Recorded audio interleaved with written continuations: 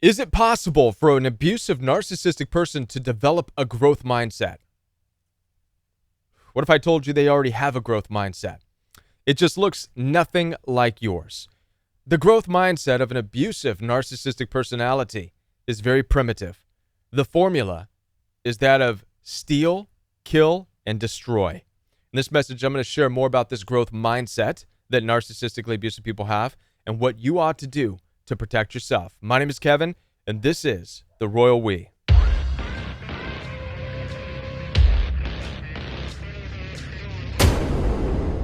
Now, before I do continue with this very important message about the very primitive growth mindset of abusive narcissistic personalities, I want to let you know that I'm here to support you. That's right. Down in the description box, you can schedule one-on-one time with me. I take telephone calls as well as video calls through Zoom, FaceTime, and WhatsApp. In addition to one-on-one coaching calls, I also have a coaching program. So if you head down to the description box, you have the option to join the Royal We community. My program is live daily, Monday through Friday, live support. I don't just throw a book and reading material and videos your way and say, peace out, good luck. I invest my time with you each and every day. Every Tuesday night is fellowship, where we open up the Word of God and we see what the Bible has to say about dealing with narcissistically abusive personalities in this world in which we live. In addition to fellowship, Thursday night's Backstage Pass, coming soon as a workout program, where I've brought in some of the most highly sought-after longevity coaches. They're going to whip you into shape physically, mentally, and emotionally. There's so much going on with the Royal We coaching program. Head on down to the description box right now. And if you want to know more about narcissistic abuse, again, head on down there. It's all down there. At the very least, follow me on Instagram and TikTok. All the links are in the description box below this video. Now, we're talking about the growth mindset of narcissistic personalities, especially abusive narcissistic personalities. And it's really easy to come to the conclusion that they don't have a growth mindset, that they're not interested in growing. And that's the furthest thing from the truth. Narcissistically abusive personalities, especially the abusive ones, are always on a growth mindset, but their growth mindset is very different than yours. Where your growth mindset is togetherness, to have a team, to have a family, to build love, to build community, to build joy, to bring peace, to bring laughter, to create. This is the growth mindset of a healthy person. When it comes to abusive narcissistic personalities, especially those who are abusive, their growth mindset is primitive. It's from an underdeveloped or an unevolved state of consciousness. And now, real quick, it's important to understand that this undeveloped and unevolved state of consciousness is not something that you can help evolve. It's a consciousness that has been given to them, if you will, as a measure, much like faith. It's a part of the character. You can call it a part of their DNA. You can call it a part of their soul. It doesn't matter, but it's not for you to try to evolve. But here is their growth mindset. It's to steal, to kill, and to destroy. Let's first talk about stealing. What is stealing? Stealing is the practice of gaining something unjustly, unfairly, and without earning it. Let's say this again. Stealing is the act of obtaining something unjustly, unfairly, and without deserving it or without earning it. Now, there are some easy things right away that we can see that narcissistically abusive people, when they enter into your life, they are wanting to steal. As a matter of fact, their first motivation out of anything, whether it's friendships, whether it's a love relationship, a dating relationship, anything, the first thing on their mind is that of stealing. What is in it for them? What can they get from you? If it's dating, their number one goal is going to be perhaps sex. And so they're going to work to steal it. Their mindset is, how can I get it? From the very get-go. And they'll give a little, they'll do a little, they'll act a little, they'll love bomb a little so they can steal that. Again, what is stealing? It's obtaining something that is not deserved, that is not earned. All right? This is important to understand. It can be money. Perhaps they want money from you. And so they'll try to figure out the way to sneak into your pocketbook, the way to sneak into your purse, the way to sneak into wherever it is that they can get money from you. Maybe they need a place to live. They'll do whatever they can to break in through your windows, break in through your doors. And obviously, I don't mean they're going to bust out your windows and doors, but you know what I mean. Through ways of being undeserving, from ways of not giving. It's not reciprocal. It's them weaseling their way. It's stealing. But I want to take it a step further with you, because some things can be stolen that are not objects. Not all things that are stealable in this life are objectifiable, like your body, like your money, like your house. Yes, these things can be stolen. But you know what else can be stolen? Your joy, your peace, your personality, your characteristics. I've made videos talking about this before. In fact, I'm going to put a link going back, way back to when I started, a video called Identity Theft. That's right, narcissistically abusive personalities, because they do not have a foundational self, they are in fact looking to steal an identity. Maybe they want your role at church. Maybe they want your role at the job, at work.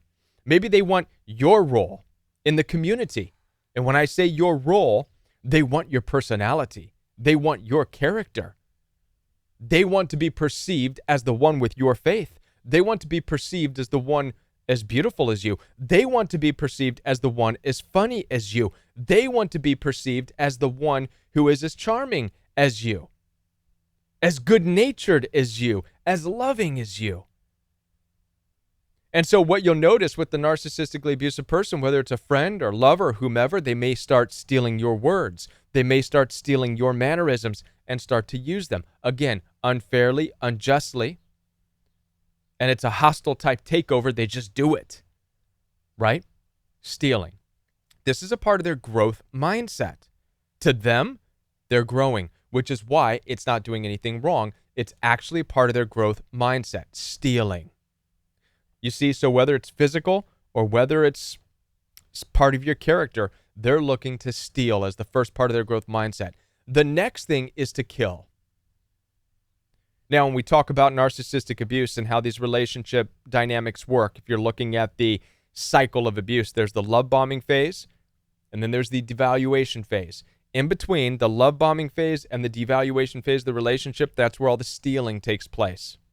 The devaluation phase is killing you. It's part of their growth mindset. Now, most narcissistically abusive people will not be able to get away with physically killing you. But there's multiple ways to kill you. They can kill your character. They can kill your confidence. They can kill your esteem. They can crush you in that way. And this is a part of their growth mindset. You see, once they've stolen from you what they want from you, physically, mentally, emotionally, even if it's just your character, they have this attitude of, well, this town's not big enough for the both of us. I got to get rid of this one. To a narcissistic person, once they get your money, or once they get your sex, or once they get in your home, the next phase is to kill you off so that they can keep it. So they don't have to pay anything back. So they don't have to give anything back. Because they can't. To them, it's their growth. And their life depends on their growth. So it's easier for them to kill you off. Again, maybe not physically, but mentally and emotionally kill you off so that you can not take back what they've taken. So even if they've stolen your personality, they're going to demean and devalue you so that you're not capable of taking back your personality. They want to silence your voice through the stealing, and then they kill you emotionally and mentally so that you have no voice to take your personality back, at least not in that relationship. So then from killing you, then it's destroy. That's the last part of their growth mindset. An interesting one. People might be saying, Kevin, what's the difference between killing and destroying? Isn't it the same? No. You see, the killing aspect, when they steal and then they kill you, the killing aspect is personal. It's one-on-one. It's targeted. This is where you feel as though they targeted you and they killed you off. mentally, emotionally, right? The destroying aspect is more widespread, where a killing is very individual, it's very targeted. Destroying is very widespread. So this is where a narcissistic person will then infiltrate your family, your friends, the community, the other people you work with, and they will start to destroy the relationships and break the bridges all around you that once you were connected to. This is what destroying is.